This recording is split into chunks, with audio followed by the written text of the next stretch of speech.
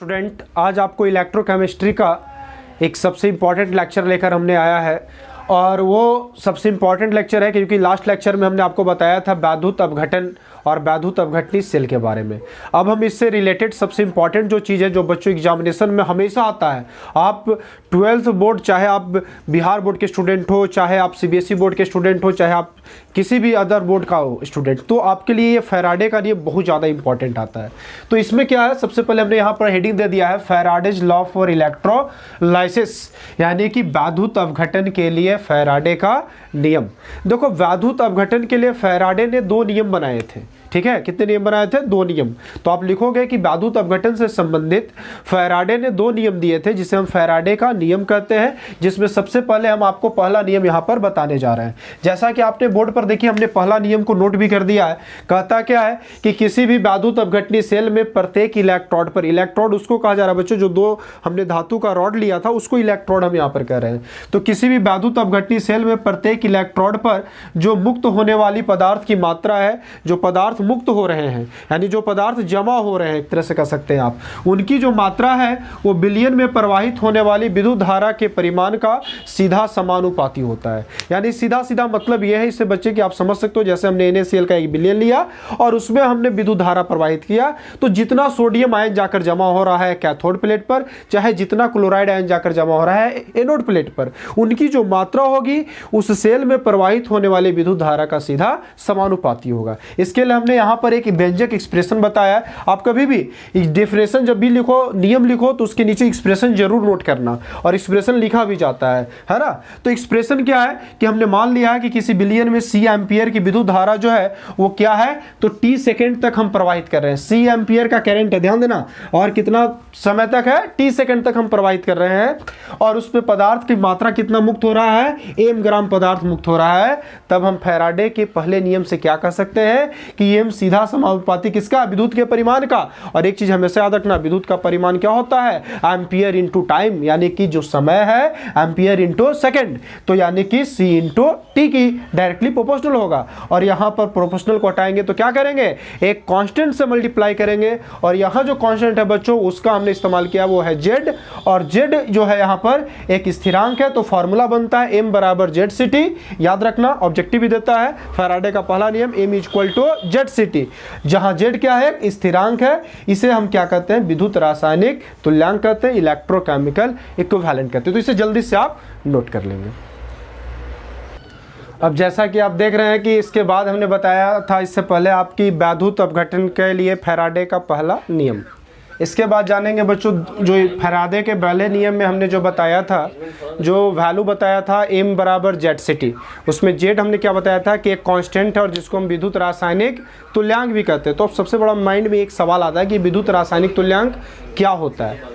तो विद्युत रासायनिक तुल्यांक का मतलब क्या होता है, इसको हम समझाने के लिए यहाँ पर इसे हम शॉर्ट में एक डिफिनेशन आपको नोट पॉइंट में हम नोट करा दे रहे हैं। इसको आप याद रखेंगे भी और इसे नोट भी कर लेंगे। क्या कहता है कि किसी भी वैद्युत अपघटनी सेल में 1 एम्पियर की विद्युत धारा अगर 1 सेकेंड तक प्रवाहित किया जाए, तब क्या होता है, इलेक्ट्रोड पर मुक्त होने वाले पदार्थ की जो मात्रा है उसको हम क्या कहते हैं, विद्युत रासायनिक तुल्यांक कहते हैं। तो यदि करंट जो है C जो है वो अगर 1 एम्पियर है, टाइम जो है वो कितना दिया हुआ है, अगर 1 सेकेंड दिया हुआ है, तब आपको पता है फैराडे का पहला नियम क्या बताता है, m बराबर ZCT, यानी m बराबर हो जाएगा Z गुना 1 गुना 1, यानी m बराबर क्या हो जाएगा, Z हो जाएगा। ठीक है। अब इसके बाद देखो बच्चों, जो फैराडे का पहला नियम के बाद जो आता है सबसे इंपॉर्टेंट वो है फैराडे का दूसरा नियम। दूसरा नियम क्या कहता है कि दूसरा नियम जो है ये भी इंपॉर्टेंट है। कभी कभी बोर्ड एग्जामिनेशन में बच्चों पहला नियम अलग पूछता है और दूसरा नियम अलग पूछ देता है। तो सबसे पहले हम यहाँ जानेंगे पहला नियम में कि हमने बताया m बराबर ZCT, तो अब हम आपको दूसरा नियम बताने जा रहे हैं फैराडे का। और वो दूसरा नियम क्या कहता है सेकेंड लॉ में, कि यदि श्रेणी क्रम में, यानी श्रेणी क्रम तो समझ रहे होंगे बच्चों, फिजिक्स में आपने पढ़ा होगा सीरीज के बारे में।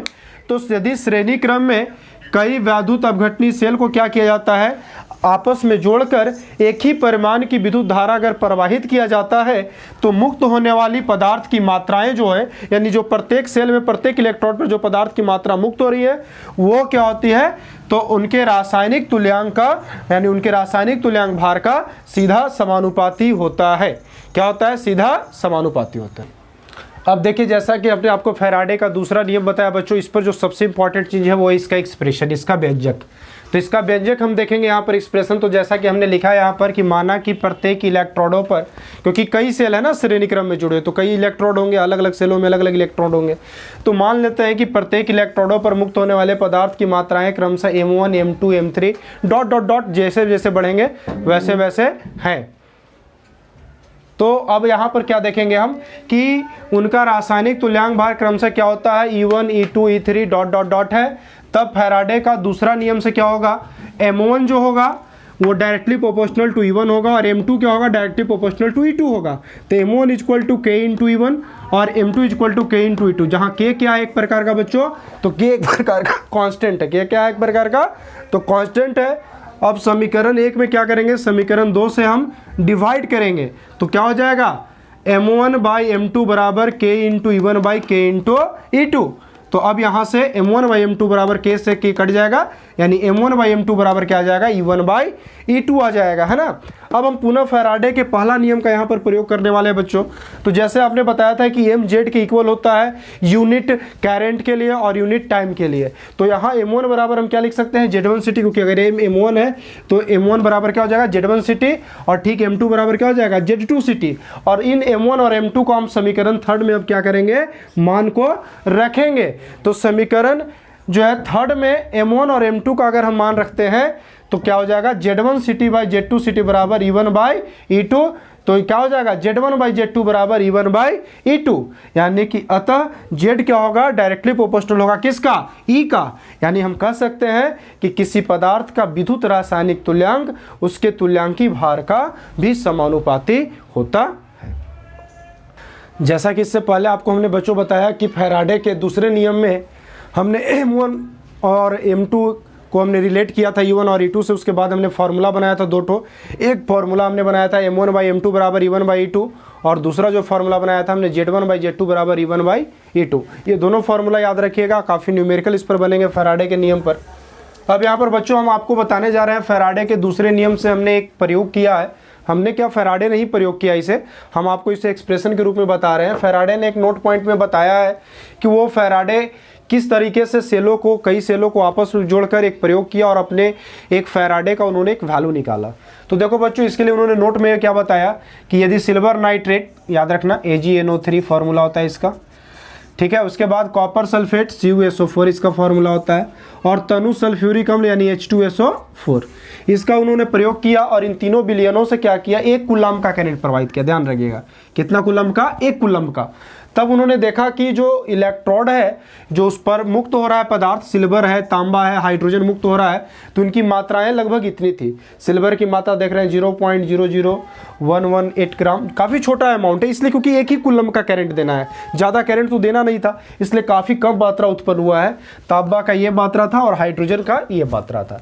देखो बच्चों, इन मात्राओं को विद्युत रासायनिक तुल्यांक कहते हैं, और इन पदार्थ के तुल्यांकी भार में इनके विद्युत रासायनिक तुल्यांक से अगर आप भाग दे दोगे तो देखो उनका परिणाम क्या मिलेगा। जैसे अगर हम बात करें सिल्वर के लिए, तो सिल्वर के लिए देखो, सिल्वर का जो विद्युत रासायनिक तुल्यांक से, ये जो नीचे देख रहे हैं आप, वो उससे किस में भाग दिया जा रहा है, विद्युत जो है रासायनिक तुल्यांक भार में। रासायनिक तुल्यांक भार कैसे निकालते हैं तत्वों का, तो तत्वों का तुल्यांक भार निकालने का जो फॉर्मूला होता है बच्चों, याद रखिएगा, किसी भी तत्व का अगर इक्विवेलेंट वेट निकालना है तो उसके लिए फॉर्मूला होता है उसका परमाणु द्रव्यमान बटा उसका वैलेंसी, यानी इक्विवेलेंट वेट बराबर होता है एटॉमिक मास बाय वैलेंसी, ठीक है। तो यहाँ पर एटॉमिक मास सिल्वर का 107.81 और सिल्वर की वैलेंसी 1 होता है, इसलिए यहाँ पर 107.81 कर दिए हैं, और उसमें उसके हम रासायनिक तुल्यांक से भाग दे दिए हैं। तो कितना आता है, लगभग 96,495।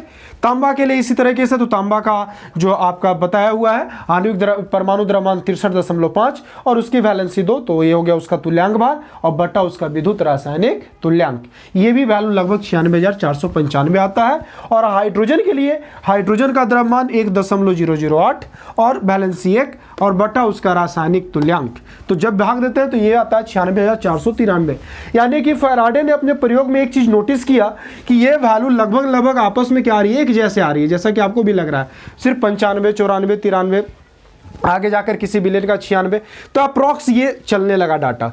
तो फैराडे के मन में ये जो है कह सकते हैं कि भाव एक्सप्रेशन आ गया कि अगर हम इतना कूलम यानी 96,494, इसका एक औसतम वैल्यू उन्होंने ले लिया कि अगर इतना कूलम अगर हम किसी बिलियन से करंट को पास करें तो वो पदार्थ का एक तुल्यांकी भार हमें मुक्त करके देगा। ठीक है, अगर मान लो जैसे सपोज NaCl के जलीय विलयन से हम क्या करें कि एक फैराडे यानी कि 96,494 कूलम करंट पास करें तो उससे हमें सोडियम का ग्राम तुल्यांक भार मिलेगा, किस पर, कैथोड प्लेट पर। तो यहां पर इन नोट पॉइंट में क्या किया कि फैराडे के जो ये बताया गया कि 96,494 कूलम किसी बिलियन में से किसी पदार्थ का एक तुल्यांकी भार को मुक्त करता है, तो इसका मतलब कि विद्युत धारा की इस परिमाण को हम क्या कहेंगे, एक फैराडे कहेंगे। और तब जाकर हमें क्या मिला, एक फैराडे की वैल्यू मिली। एक फैराडे बराबर 96,494 कूलम। ये एक्यूरेट वैल्यू है बच्चों, ये याद रखिएगा, ये एक्यूरेट वैल्यू है। लेकिन हमें क्या होता है कि न्यूमेरिकल बनाना होता है, ऑब्जेक्टिव क्वेश्चन सॉल्व करना होता है, तो उसके लिए हमें फैराडे ने एक अप्रॉक्स वैल्यू भी दिया है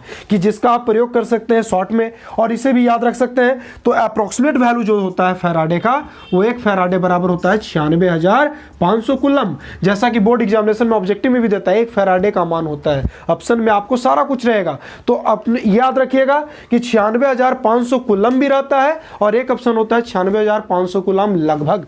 तो आप लगभग वाले में टिक करोगे, न कि एक्यूरेट वाले में टिक कर दोगे, ये सबसे ध्यान देने वाली बात है। तो ये क्या वैल्यू होती है, 96,500 कूलम होती है। तो बच्चों इस लेक्चर में हमने ये जो वीडियो हमने आपको अभी दिखाया, इसमें क्या आपको हमने बताया, तो फैराडे के नियम जो वैद्युत अपघटन के लिए बनाए गए थे, उसमें उन्होंने 2 नियम दिए, पहला नियम और दूसरा नियम।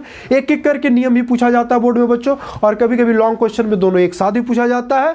उससे कुछ ऑब्जेक्टिव जो है कह सकते हैं वैल्यू भी आते हैं, जिसको आप याद रखना है। 2 फॉर्मूले याद रखने हैं, एक फैराडे की वैल्यू याद रखनी है, और इससे रिलेटेड न्यूमेरिकल हम आपको नेक्स्ट वीडियो में लाकर जो है दिखाएंगे। और तब तक आपको इसका स्टडी करना है, और इससे जो भी रिलेटेड प्रॉब्लम होगा उससे आप कमेंट बॉक्स में डाल दीजिएगा, और लाइक, सब्सक्राइब, शेयर करना इस चैनल को नहीं भूलेंगे।